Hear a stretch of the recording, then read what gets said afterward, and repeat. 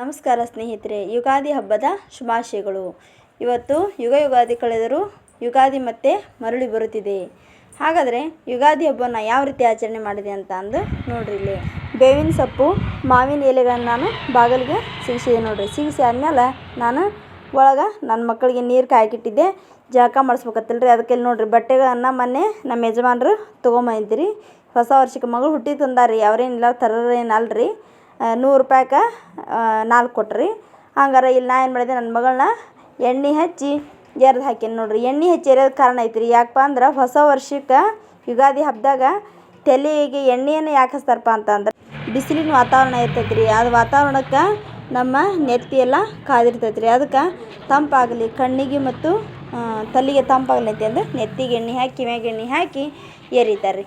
ಎರೆದಾದ್ಮೇಲೆ ನನ್ನ ಮಗಳನ್ನ ಇಲ್ಲಿ ನಾ ಏನು ಮಾಡತ್ತೇನೆ ರೀ, ರೆಡಿ ಮಾಡತ್ತೇನೆ ನೋಡ್ರಿ. ರೆಡಿ ಮಾಡಿ ಅವರಪ್ಪ ತಂದಿರ್ತಕ್ಕಂಥ ಹೊಸ ಬಟ್ಟೆಯನ್ನು ಹೊಸ ವರ್ಷಕ್ಕೆ ಹರ್ಷ ತರಲಿ ಅಂತ ಹೊಸ ಬಟ್ಟೆಯನ್ನು ನನ್ನ ಮಗಳಿಗೆ ಹಾಕೀನಿ ರೀ. ಹಾಕಿ ಆದಮೇಲೆ ನನ್ನ ಮಗು ಎಣ್ಣೆ ಹಚ್ಚಿ ಸ್ನಾನ ಮಾಡಿಸಿ ಆದಮೇಲೆ ಅವನು ಕೂಡ 100 ರೂಪಾಯಿಗೆ 2 ಬಟ್ಟೆ ಅಂದ್ಕೆ ಮಗು ಕೂಡ ಈ ವರ್ಷ ತಂದಾರ ನೋಡ್ರಿ. ಇಷ್ಟು ದಿನ ತಂದಿದ್ದಿಲ್ಲ ರೀ ಹೊಸ ವರ್ಷಕ್ಕೆ.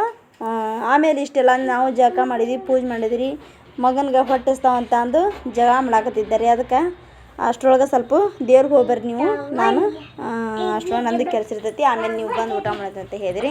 ಅದಕ್ಕೆ ನಮ್ಮ ಯಜಮಾನ್ರು ನಮ್ಮ ಹುಡುಗ ಕೂಡಿ ಇಲ್ಲಿ ಪ್ರತಿ ವರ್ಷ ಕೂಡ ನಾವು ಹೆಂಡತಿಯವ್ರಿಗೆ ಏನು ಮಾಡ್ತೇವಪ್ಪ ಅಂತಂದ್ರೆ ಉಡಿಯಕ್ಕಿ ಒಯ್ದು ಉಡಿಯನ್ನು ಹಾಕಿ ಕಾಯಿ ಮಾಡಿಸ್ಕೊಂಡು ಹಣ್ಣು ಹಿಡ್ಕೊಂಡು ಪೂಜೆ ಮಾಡ್ಕೊಂಬರ್ತೇವೆ ರೀ. ಅದಕ್ಕೆ ನನಗೂ ಹೋಗ್ಬೇಕು ಅನ್ನೋದು ಆಸೆ ಇತ್ತು. ಮಗಳೊಂದು ಮಕ್ಕಂಡಿಲ್ದಿರಿ, ಮನ್ಯಾಗ ಮತ್ತು ಯಾರು ಇದ್ದಿದ್ದಿಲ್ಲ ರೀ. ಅದ್ರ ಸಂಬಂಧ ಆಕಿನ ಒಬ್ಬಾಕಿನ ಬಿಟ್ಟು ಹೋಗೋಕೆ ದೂರ ರೀ. ಅದಕ್ಕೆ ಬೇಡ ಅಂತೆ ನಾನು ಬಿಟ್ಟೆ. ಮುಂದಕ್ಕೆ ಹೋದಾತು, ಈ ವರ್ಷ ಮತ್ತು ನಮ್ಮದು ಆಪ್ರೇಷನ್ ಆಗೈತಿ, ಏನು ಸುಮ್ಮನೆ ಹೋಗೋದಂತ ಅಂದು ಅದಕ್ಕಾಗಿ ಇಲ್ಲಿ ನೋಡ್ರಿ ಅವ್ರಿಗೆ ಕಾಯಿ ಹಣ್ಣು ಉಡಕ್ಕಿ ಎಲ್ಲ ಇಟ್ಟು ರೆಡಿ ಮಾಡ್ಕೊಡತ್ತೇನೆ ರೀ.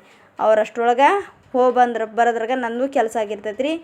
ಬಂದಾದ್ಮೇಲೆ ಅವರ ಅಮ್ಮಾರಿಗೆ ಅವ್ರಿಗೆ ಬೇವು ಕೊಟ್ಟು ಆಶೀರ್ವಾದ ತೊಗೊಳ್ನಕಂತಂದು ಇದು ಮಾಡಿದ್ರಿ. ಅಷ್ಟರೊಳಗೆ ಬಂದ್ರು ನೋಡ್ರಿ. ಬಂದಾದ್ಮೇಲೆ ಈಗ ಅವ್ರ ಮಾಮಾಗ ಅವ್ರ ಅಪ್ಪಾಜಿಗೆ ಮೊದಲು ಬೇವನ್ನು ಕೊಡತ್ತಾರ ರೀ.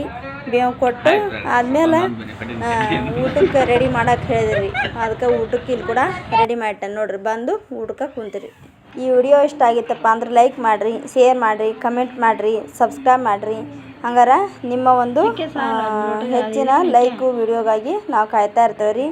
ಹಂಗಾರೆ ಯಾವ ರೀತಿ ನೀವು ಕೂಡ ಈ ಯುಗಾದಿಯನ್ನು ಯಾವ ರೀತಿ ಆಚರಣೆ ಮಾಡಿದ್ರಿ ಅನ್ನೋದನ್ನು ನೀವು ಕಮೆಂಟ್ ಮೂಲಕ ಕೂಡ ಹಾಕಿರಿ.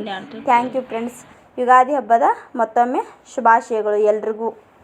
Thank you.